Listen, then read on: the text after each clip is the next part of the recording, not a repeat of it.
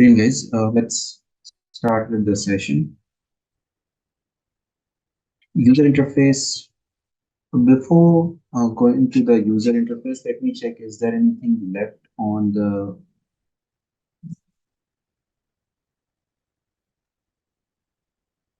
the first slide that we have to cover first?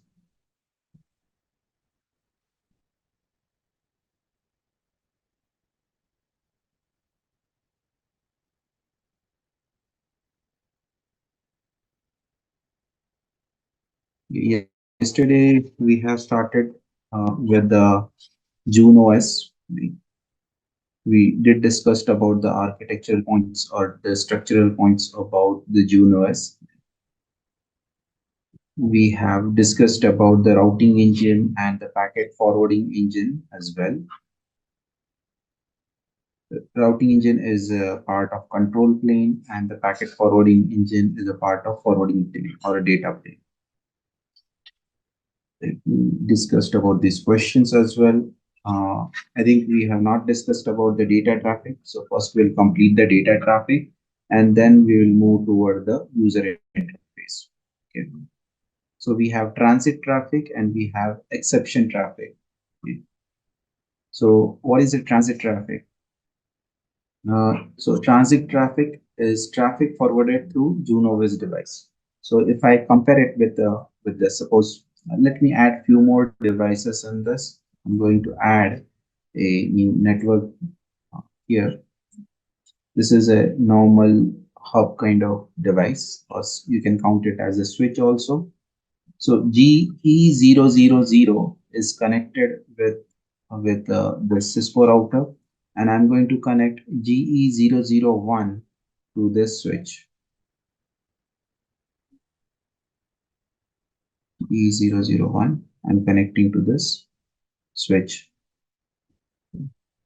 And furthermore, this switch is also connected with 3 PCs. So for PCs, I'm going to use VPC, virtual PCs. Okay. So I need 3 nodes.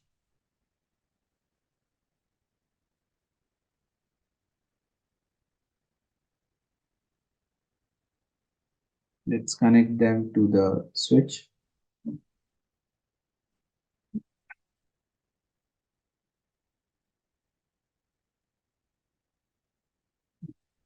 And let's turn all of them on.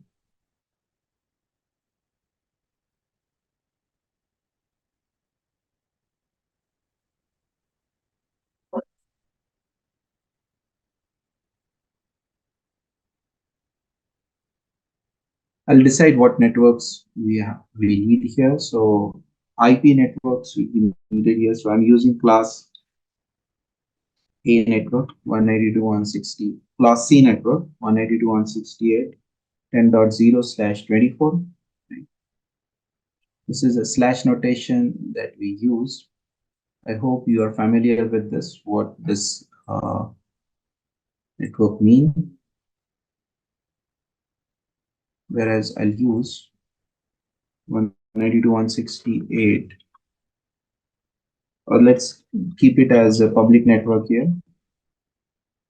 I'll use 192.1.10.0. So on this side, we have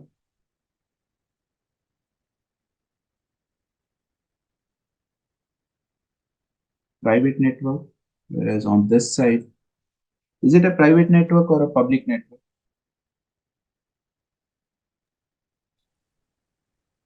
Public network. Right. Because in private network, first 2 octets should be 192.168, and here we have 192.1, which is a public network. Right? So let's note it here, public. So I can count this one as a ISP for the time being. This is not a ISP, but for our practical, we'll count it as an ISP. Okay. And this one is our edge router, corporate edge the Outlook.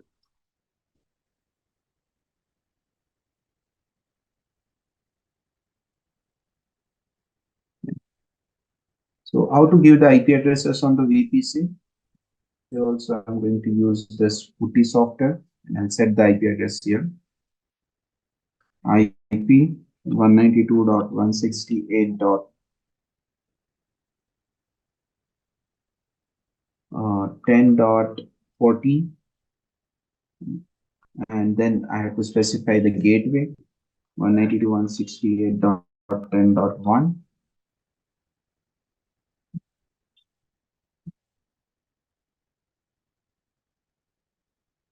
and let's save the settings. Same I'll repeat for VPC 5.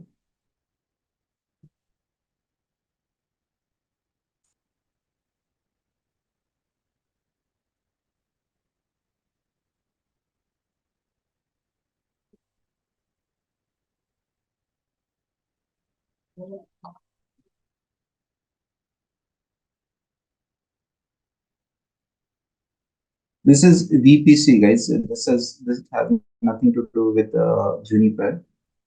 This is generally we can use it for Cisco or we can use it for Juniper.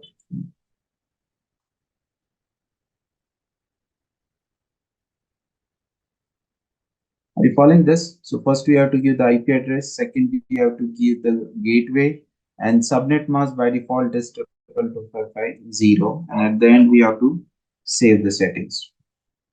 Is it clear? It's not related to Juniper. It's just a VPC, virtual PC, provided in a event.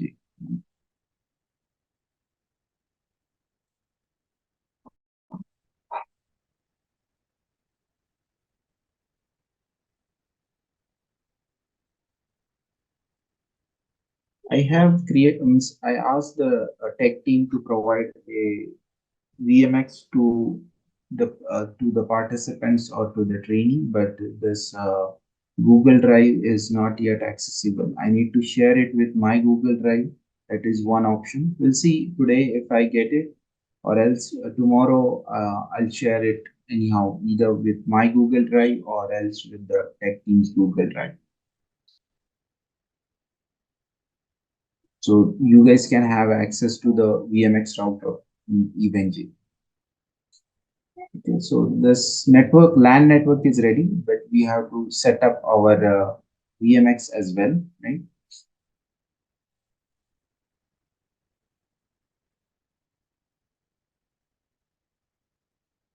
So yesterday we worked on VMX with the basic configuration. Do you remember this?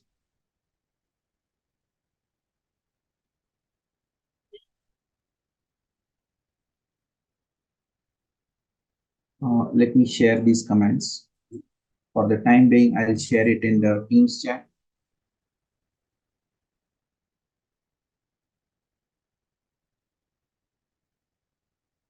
What is the role of this amnesia? Do we get amnesia today? We have not get amnesia here, right? Why? Because we have already set the password. If you don't set the password, this first time when you log into the device, then only you will get amnesia here, and the user is root, and password is there is no password in case of the first login. But here I have set the password. That's admin 123. Right?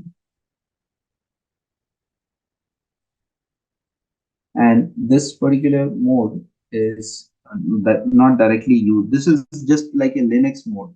So if I run Linux command here, it will work. Uh, if I use a Linux command like cd root,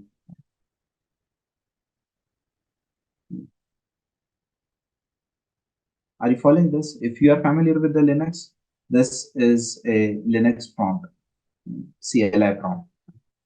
But we have to. This is actually shell prompt, the Linux shell prompt, right? And if you run a ps command, that's processes. Right? If you run a top command, it works, right? So whatever Linux commands we have, if I run control N, control L to clear the screen, right? And to enter into the Juniper software or JunOS software, we have to run CLI. Right? Now it is a operational mode, right? And if I run the command show, right, it should show me the configuration, show configuration, right? So it shows the configuration in this format, but there is the another format is also available, display set. So it shows you the set commands. So if you want to repeat the same configuration on another device, okay, you have to use this command.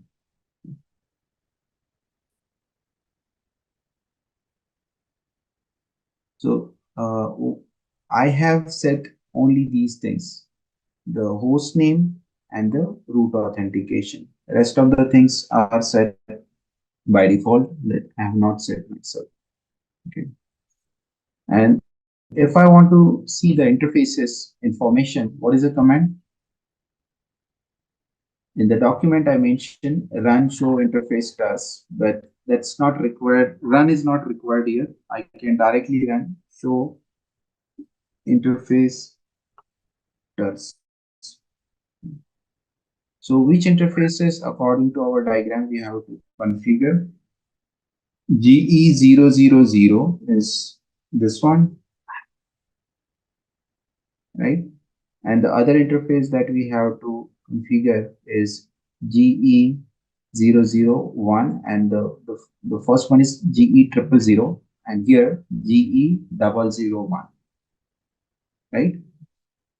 So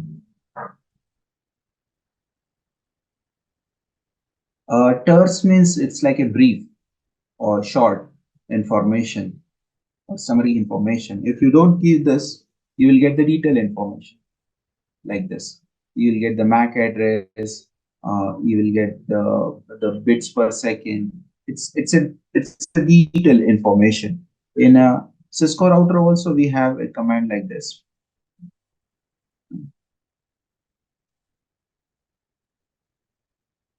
like show IP interface brief.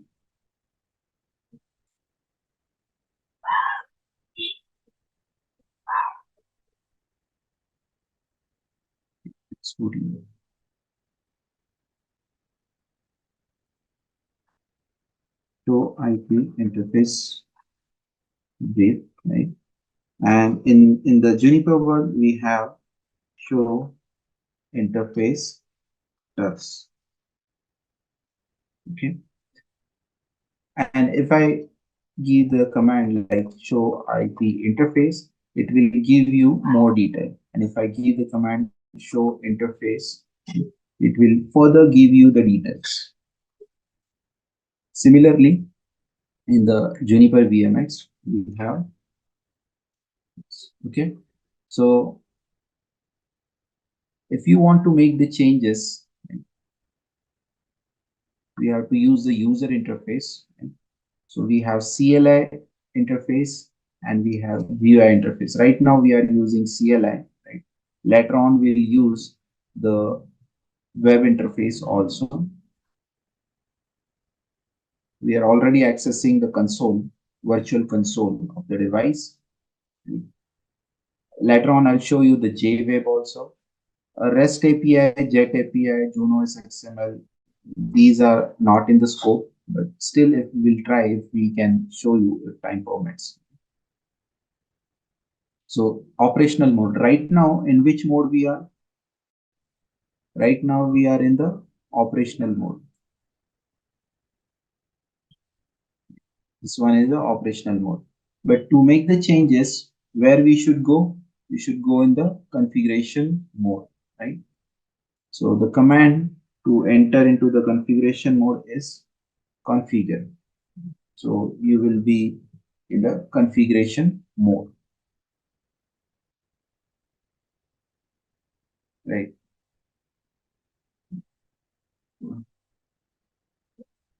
And here we can get the help also. Like suppose I want to check what commands are supported here. We are going to deal with the with the interface, right? And we want to make the changes, so we can use set command, set the parameter. So set, okay. What exactly we want to set? We are interested in the interface. So is there anything related to interface? Yes, interface configuration. So let's set the interface. Which interface we are dealing with? So interface name we have to specify. So in our case, GE001 is our interface and GE000 is our interface. First of all, we'll deal with GE000 interface. Okay. GE.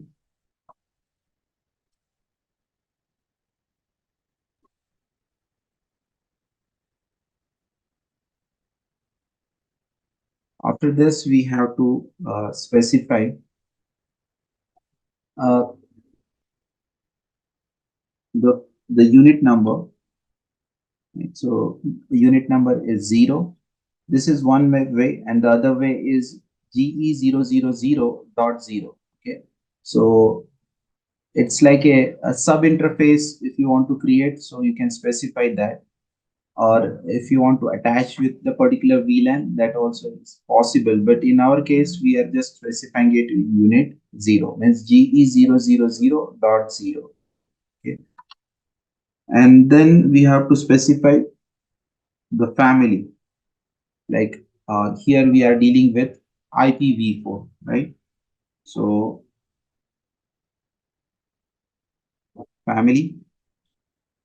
So we can go with IPv4 or we can go with IPv6. There are a few other options available, right? So we are going with the IPv4 and the command for this is inet. Then we have to specify the address. Okay. And how we specify the address? Address will be specified with the interface address plus destination prefix.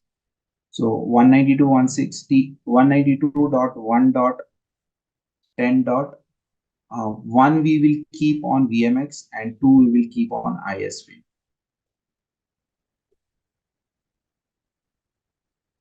Let me adjust the screen.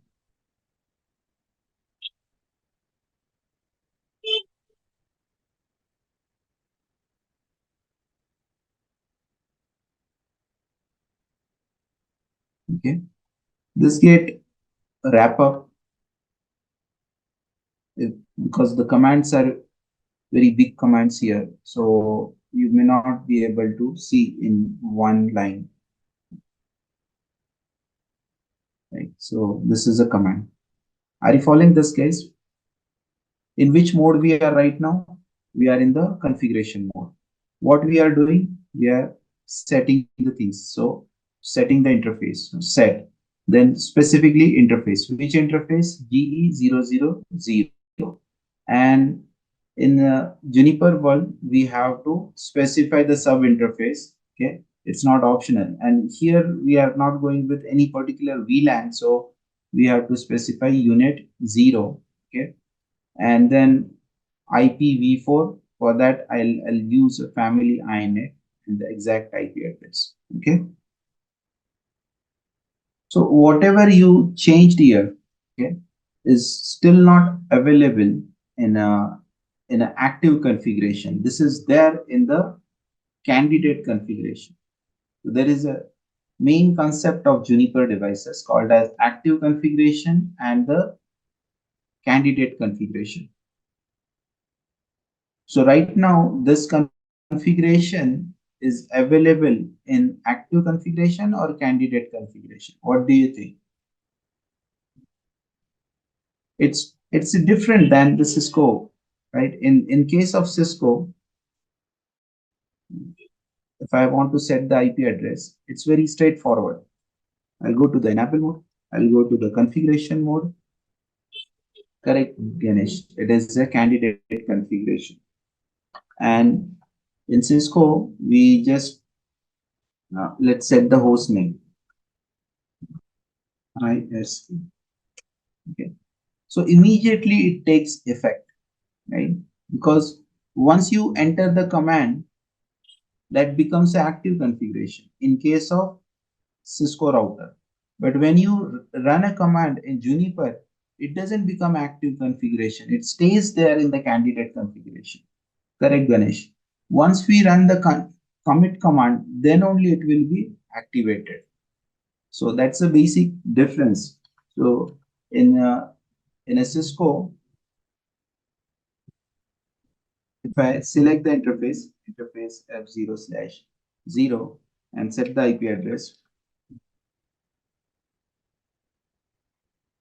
IP address should be 192.1.10.2 with /24 subnet mask.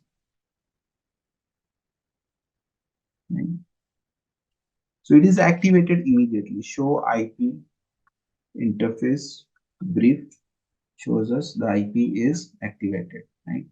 But in case of VMX router, we have to commit it. So before committing it, okay, I'm going to show few more commands. Show compare. So what it says that candidate config in the candidate configuration is going to add these many commands to your active configuration. Let me draw a diagram for this. Okay.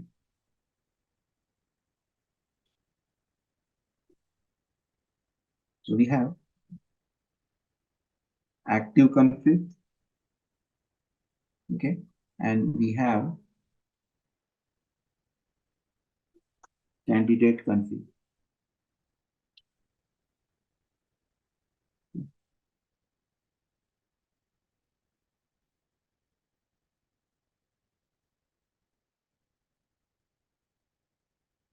And in active config, initially we ran few commands.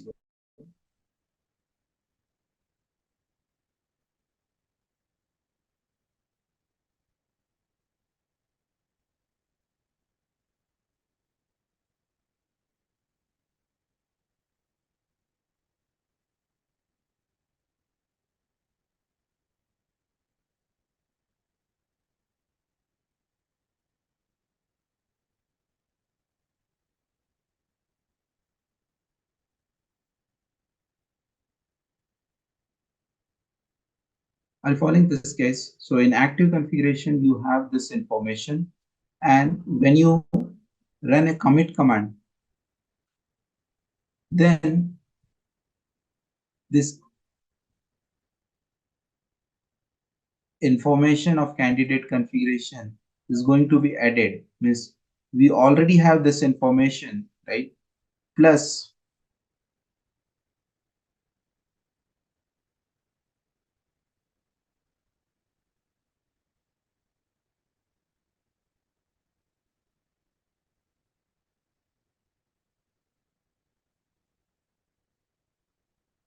this is going to be merged here.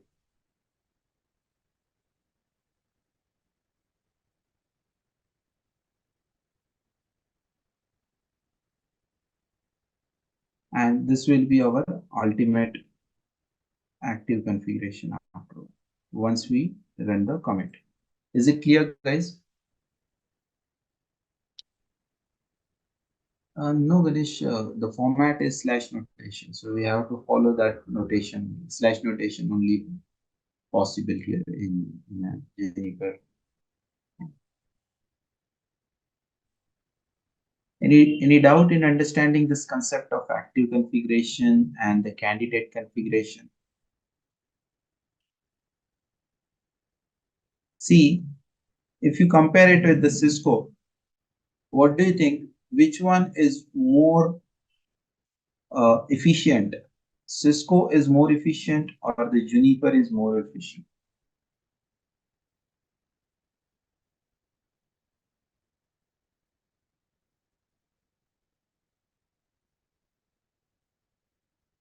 Right?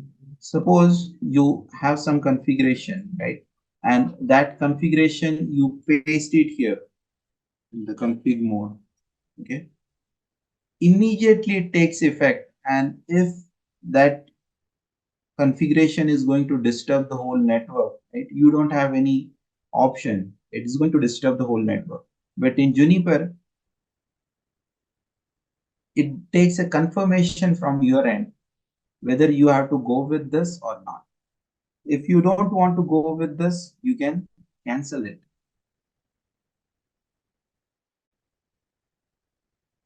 You got my point?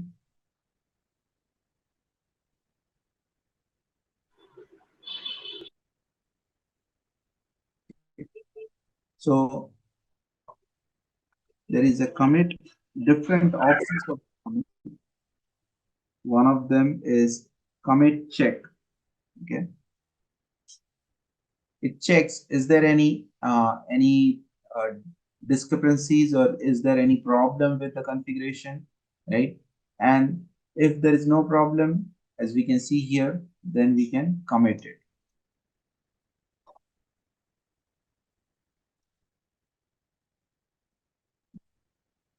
Right now, if I exit,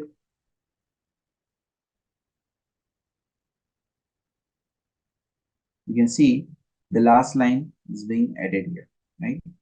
So I can use the same thing for the GE001.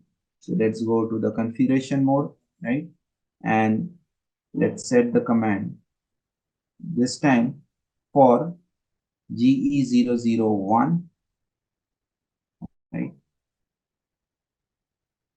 And the address is 192.168.10.1, right? Rest of the settings are as it is. Which interface we are dealing now? We are dealing this time with the GE001.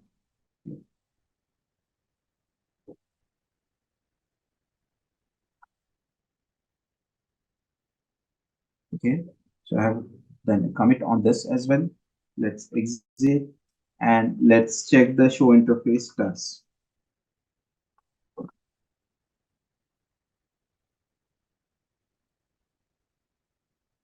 So you can see here we have GE000, right, with the INET address 192.1.10.1, and we have GE001 with this particular IP address. Okay. If you want to filter the output, you can filter it with match,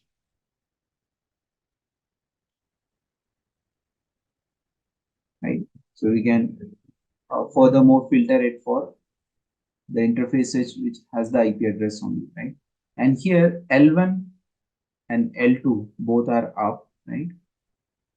For the time being, if you want to disable the interface, that is also possible, right? Let me show you with the commands. Actually, our topic in the session 1 is a transit traffic and exception traffic. So for that, I need few more things to be done.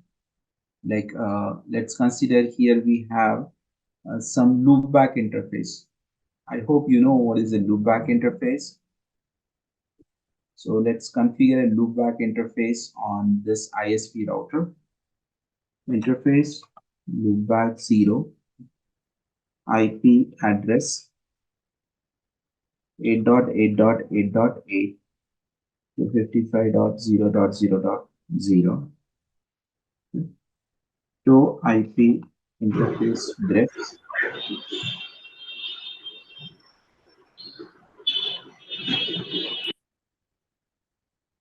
Okay, so here we have the IP. So I'm considering this as a additional uh, loopback interface. Here, let's note it down. Loopback 0, 8.8.8.8.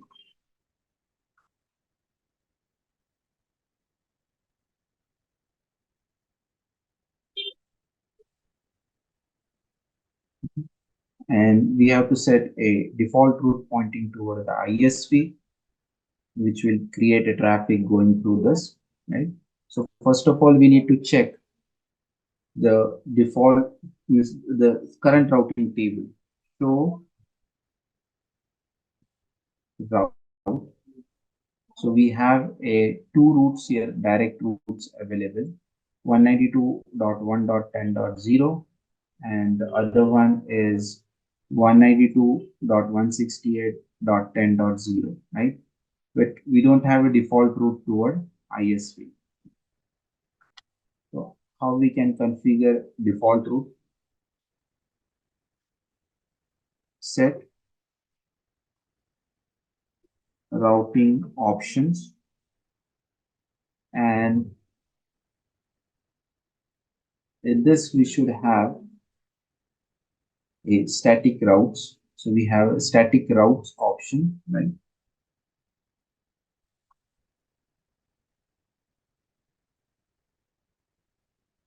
And this time static route options, uh, the default route, how we are going to set it up as 000/0.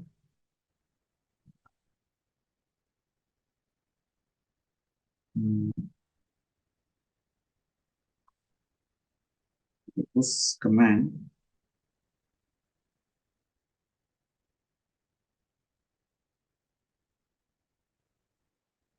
okay, destination we have to specify here 0.0.0.0/0, right? Then we can specify either the interface or we can specify the next stop in this case. Okay, next stop. And what is the IP address of our next stop? So ISP is connected with 192.168.10.10.2. Let me check. Is the IP correctly assigned on the router? Yes, 192.1.10.2. So that we are going to assign here as the next stop. Show compare. You can see here we have additional setting. This plus indicates additional, right? So we are adding this, and this is a routing options, right? And static routes we are adding exactly what routes are there. So route 0.0.0/0, and the next stop IP address is 192.1.10.2. Okay, are you following this point, guys? In case of Cisco router, how we give the default route? We go into the configuration mode, IP route 0.0.0.0, right? With the subnet mask 0.0.0.0.0, right? And then we have to specify the next of interface, right? Or we can specify the next of IP address. For example, we have 192.2.10.2, okay, as our static route, which is not available here, but this is the syntax, right? Similarly, in the Juniper router, what is the syntax? Set routing option static route port 0/0, and then next of IP address. So if you compare it, it's similar. We'll work on the static routes in further details later on, but I hope you are following this, right? And let's commit this. Okay. We'll exit and cross check the routing table with the command show route. Right? So we do have a static routes available. What do you think, guys? What is the meaning of this /file? Any idea?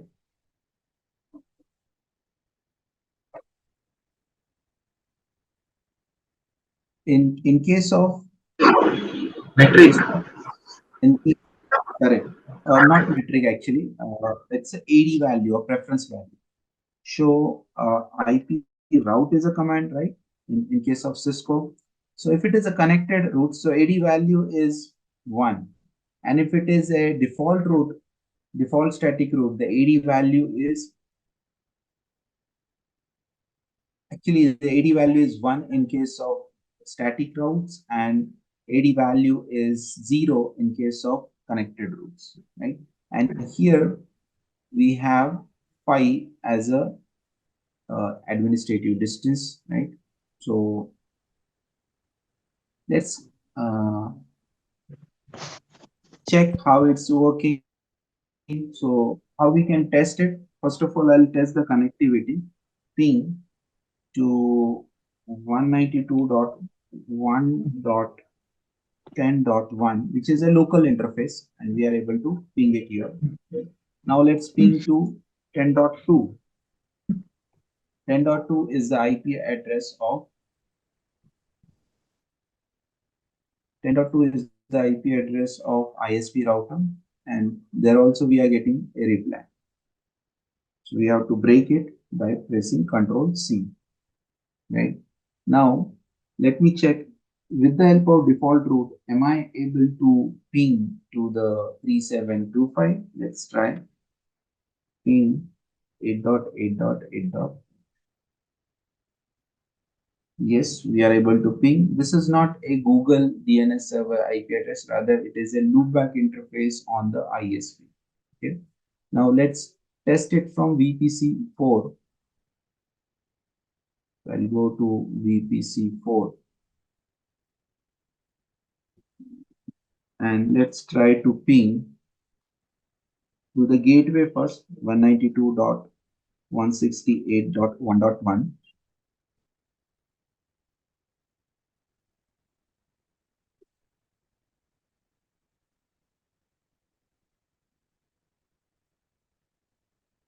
Why we are not getting the reply? Is there any problem? Let's check. Do we have the correct IP address here? Show interface status. Oh, one mistake. 10.1 is the IP address, and in VPC 4, I gave the wrong IP address of the gateway. It should be 10.1. Right? And we are getting the reply here.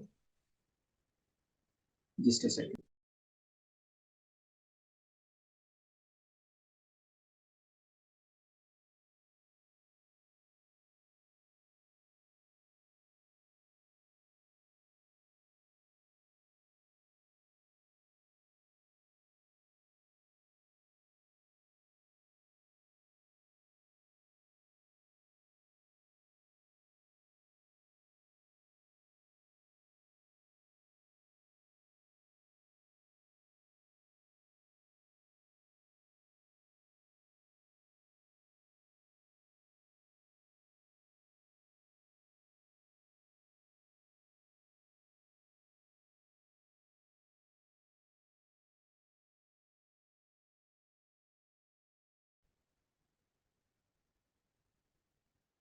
Okay, so I'm able to ping to the gateway. Now let's try to ping to the loopback interface 8.8.8.8.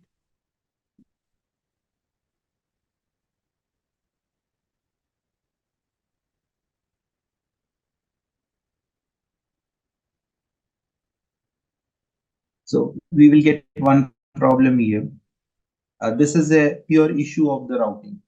Do you know, guys, why we are not able to get a reply from 8.8.8? Either we have to use a NAT, or else for the time being on the ISP, we can put a reverse static route for the 192, because source IP address is 192.168.10.4, and ISP doesn't have any idea how to reach to 192.168.10.0 network. Are you following this point? So for the time being, right, what we can do, we can use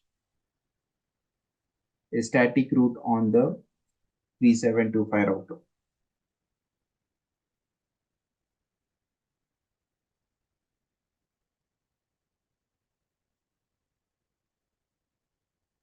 Which is not a standard practice over the ISP, right? But for the time being, just we'll manage through this.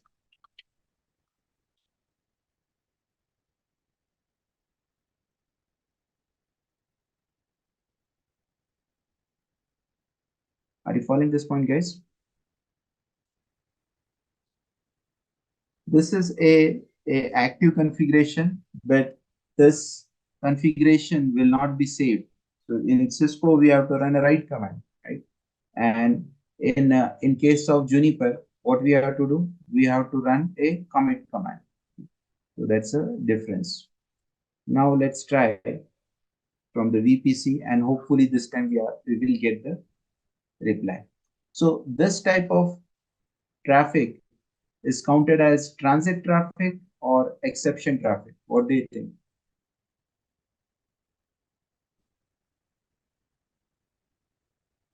Correct. It's a transit traffic. This is not targeted to the router. Rather, it is targeted to the loopback 8.8.8. Loopback 0 with the IP address 8.8.8.8.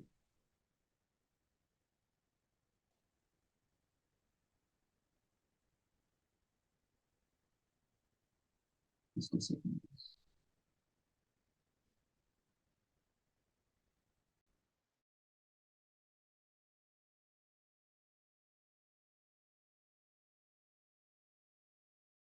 Okay.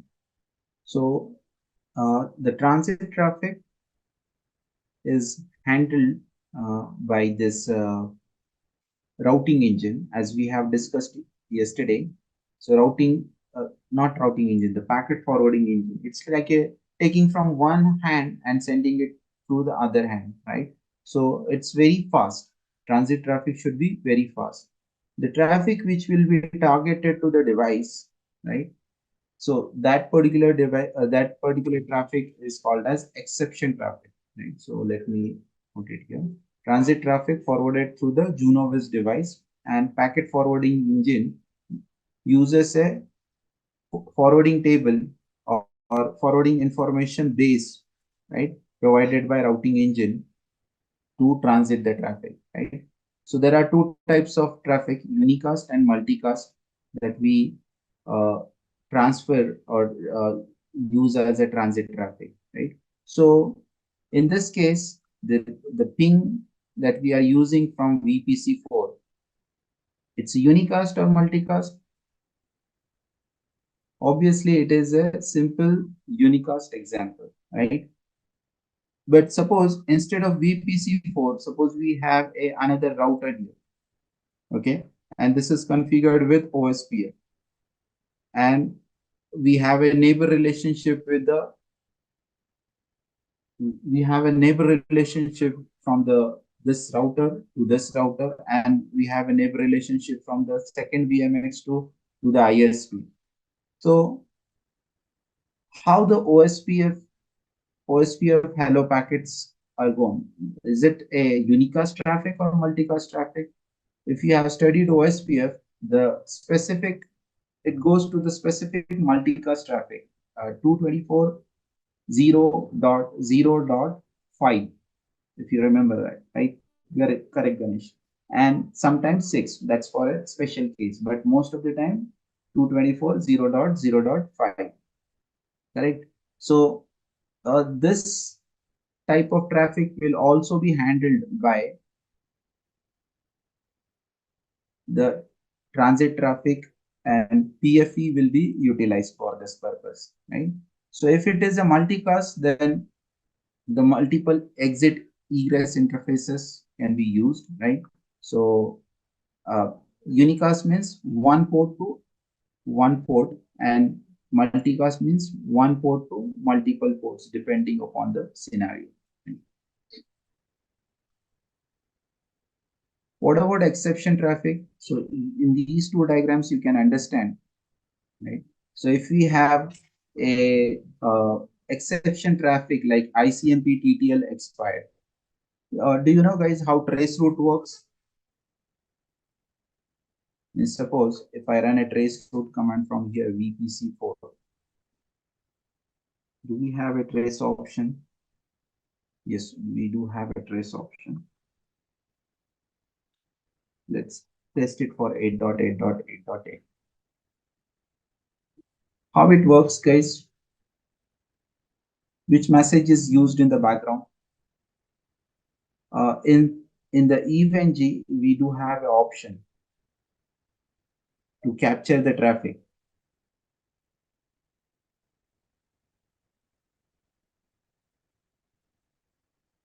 So let's capture the traffic of GE001.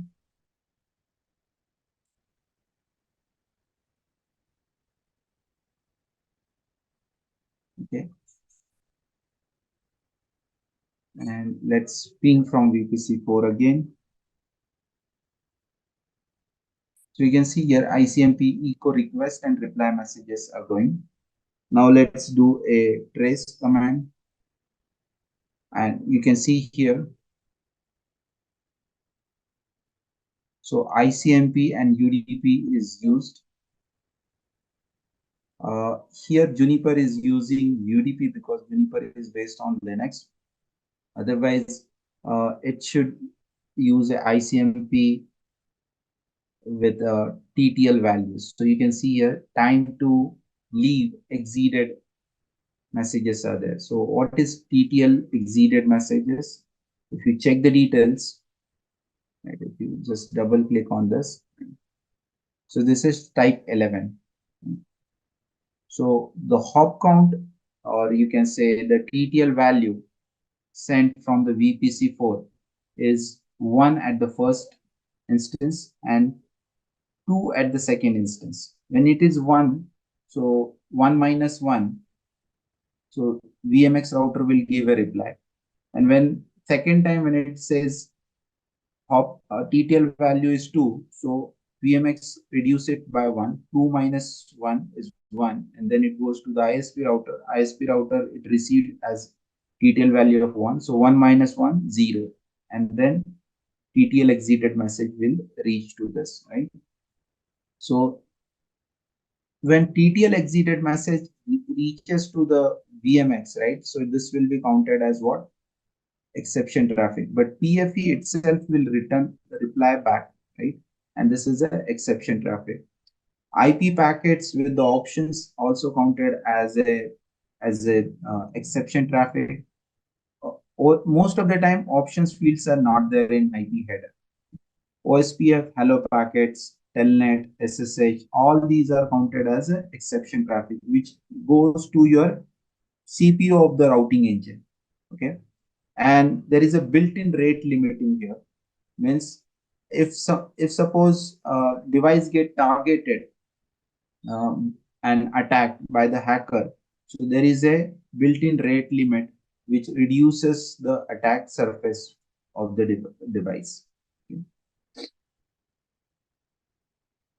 Is it clear, guys? Any question, any doubt in the difference between transit traffic and the exception traffic?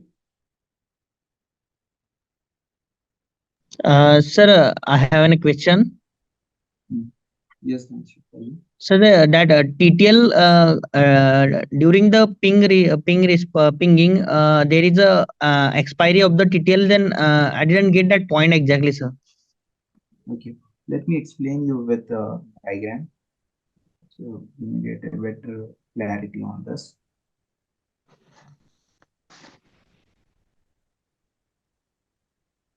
Let's consider we have a router here and we have another router and we have a switch which is furthermore connected with PC. Okay, and they are connected back to back like this. And in our case, we have a loopback interface here.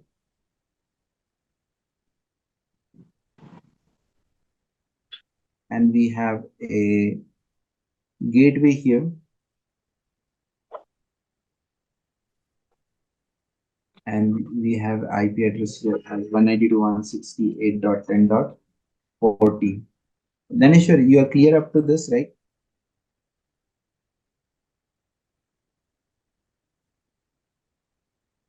When we ping from this PC, what is the TTL value? Do you know? By default, TTL value is 64 in case of Linux, and if it is a Windows based machine, then TTL value is 120. Let's consider it is 64 as if it is a Linux box, right? And when it reaches to the first hop, right, that's a gateway. So 64 minus 1, so it becomes 63, right? And when it reaches here to the target, it is 63, but it is not a transit traffic now. It is a traffic targeted to this device itself. So this device has to reply back, correct? So new packet will be there with the fresh reply packet with the TTL value of 64, right? Again, here 64 minus 163, right? And it reaches here with the TTL value of 63. Just a second. Just a second.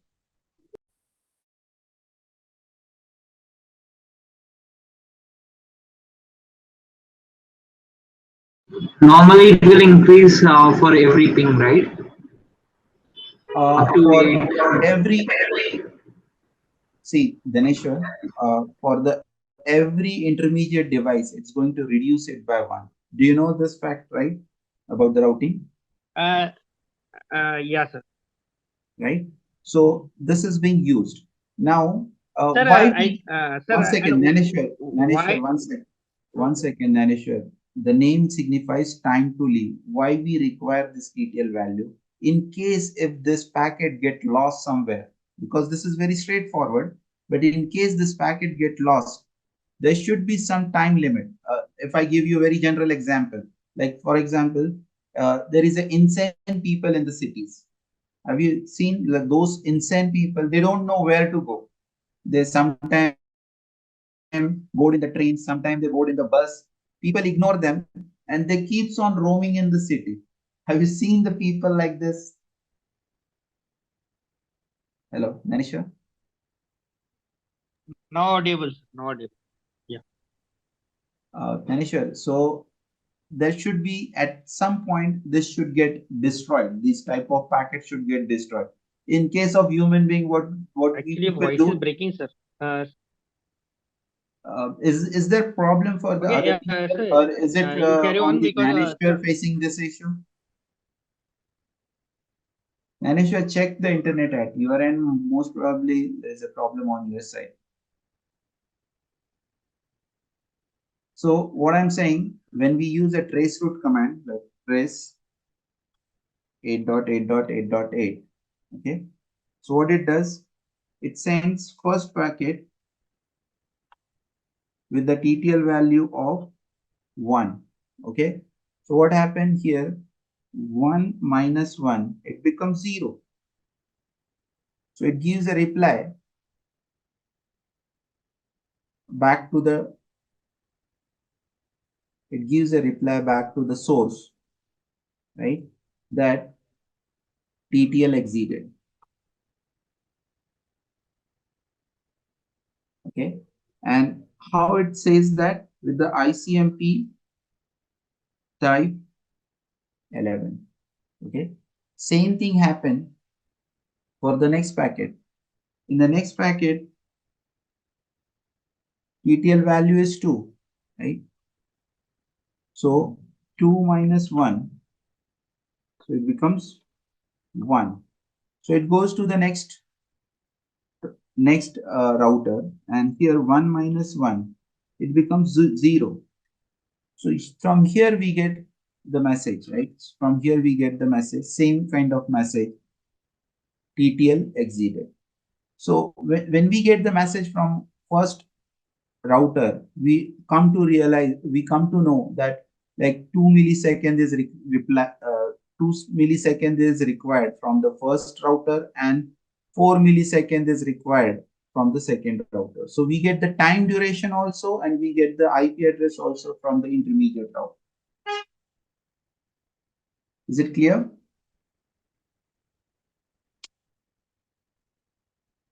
So if we have multiple paths, we can come to know like from which path we are going there. So that type of traffic is also counted as the exception traffic. Okay. Is there any doubt, guys, between transit traffic and exception traffic? Okay, good to go with this. Then the next topic that we have is evolution of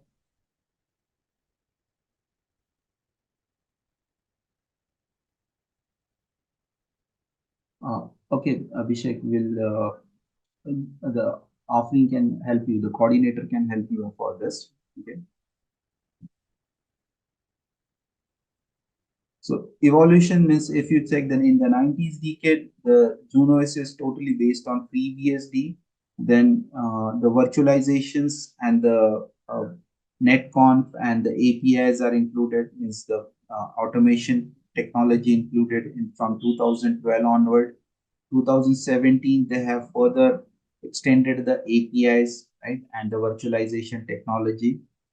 And in 2018, it is fully based on the Linux. It is not based on the FreeBSD now. And these modules are totally it's like running in the isolated environment, and it gives a uh, more API benefits as compared to the previous versions.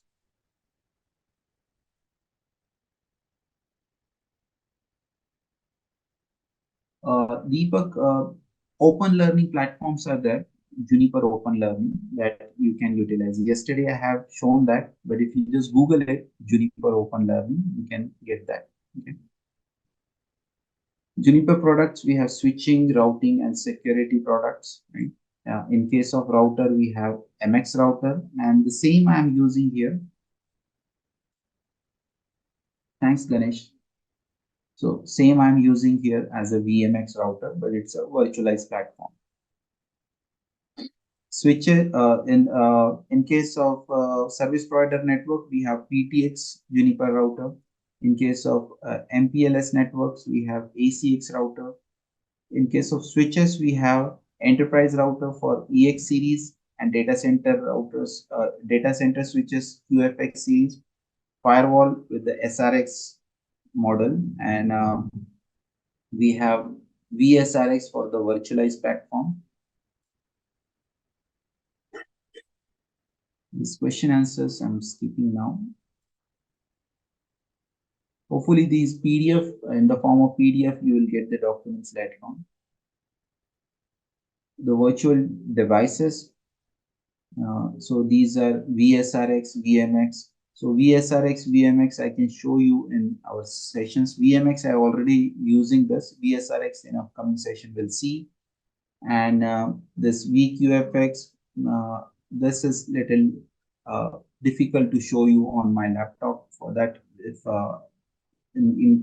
we have a cloud lab, then I can show you that, but that's not in the scope of JNCIA. So these things we have already discussed. Let me go for the next slide. Okay, so we have already understood the CLI access, CLI modes also we have discussed. This is a very simple question here. Which mode exists in the JunOS? So far, whatever we have did in our practice and in our question as in our theoretical studies also. So you can easily answer for these questions. If you know the answer, you can tell me the answer in the team in the Zoom's chat. A, B, C, D. Right. So you can give the answer in the Zoom's chat.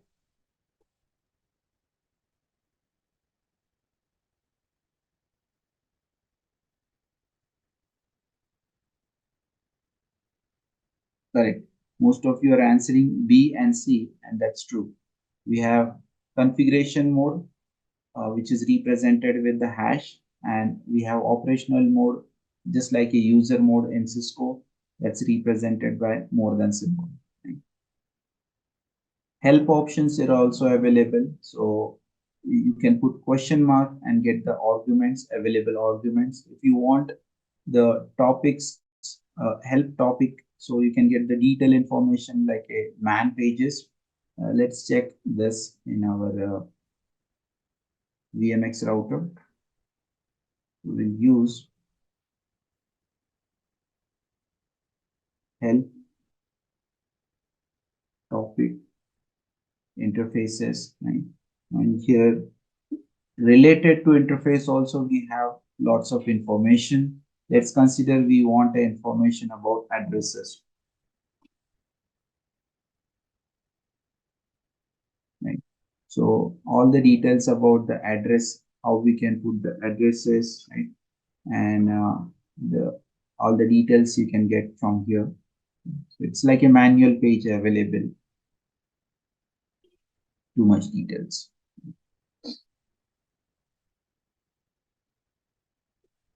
You can get a reference also the reference options or reference information with the help of this help command.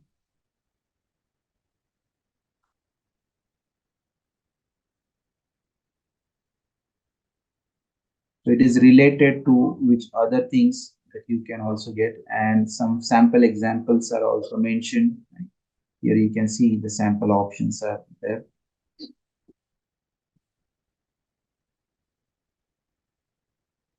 Tab completion is also there. There is an app propose which gives the if you don't know exactly about that particular topic, you can use app propose for this purpose. And there is a Emacs style editing, or there's a Linux shortcuts or Unix shortcut available in the Juniper. So if you press Control E, you will go to the end of the line, and if you press Control A, you will go to the start of the line. Okay, and if you want to move the cursor one line back, so you can use Control B. If you want to forward it, Control F. These are the shortcuts available. All the shortcuts are also listed here. I have taken this all information from the open learning platform. So later on you can utilize, as far as the documentation is concerned, you can utilize open learning, Juniper open learning platform. Okay, show route and what in the pipe, what options are available. So today I have used the pipes for multiple practicals, like show, compare.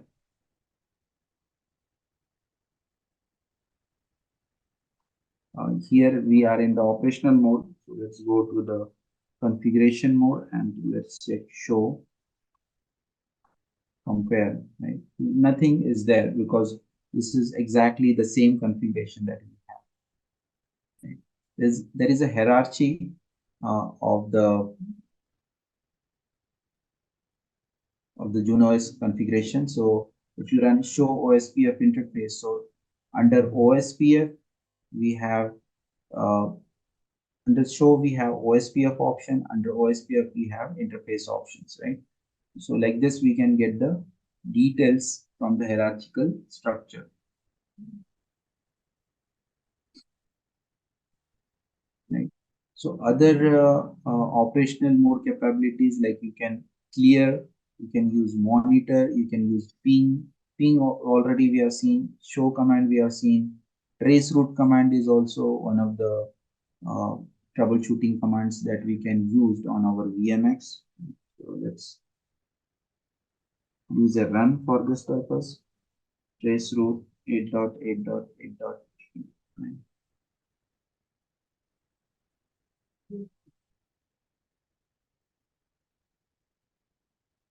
Here we have few more commands. Show version. This command also we ran in the past. Let's exit from here. Show version. Right. So exactly which version we are running with. It's invisible here. Show system uptime.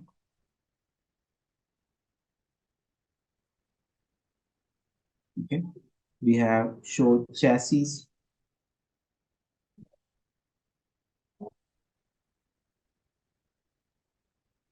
Right. So this is not a physical device. This is a virtualized device. You will not get more information here. If we have any alarms there, if you want to check the routing table, show route command also we have seen. If you want to get the interface details, show interface, right? So this gives you more information. If you want further more information, we have an extensive command, right? If you want to monitor the traffic on a particular interface, that's also possible. Monitor interface GE. We can go with the specific interface. So monitor traffic on a particular interface. We can specify the interface. So let's specify this as GE 0/0/1. So if any heavy traffic comes on this, we can analyze that here on VPC. Let's ping. Let's check. You can see here some movement is happening on this, right? So whatever we do here, those options are visible, like ping command. Here also you can see. Actually, this is ARP reply and ARP request and ARP reply. So this got fulfilled now. Like this, if you want to shut down the device, request system power off, reboot, right? If you want to restart any service, so all these commands are helpful in a day-to-day operation of the Juniper device. Okay. Active configuration and candidate configuration on Surface, we did discussed about this, but let's discussed about the rollback. Let's do one thing. We will keep this portion rollback options in tomorrow's sessions. What is the role of rollback that we will discuss in tomorrow's session, and the further more details about the exclusive configuration and the private configuration. These things we will discuss in tomorrow's session. Okay. Any questions so far, guys?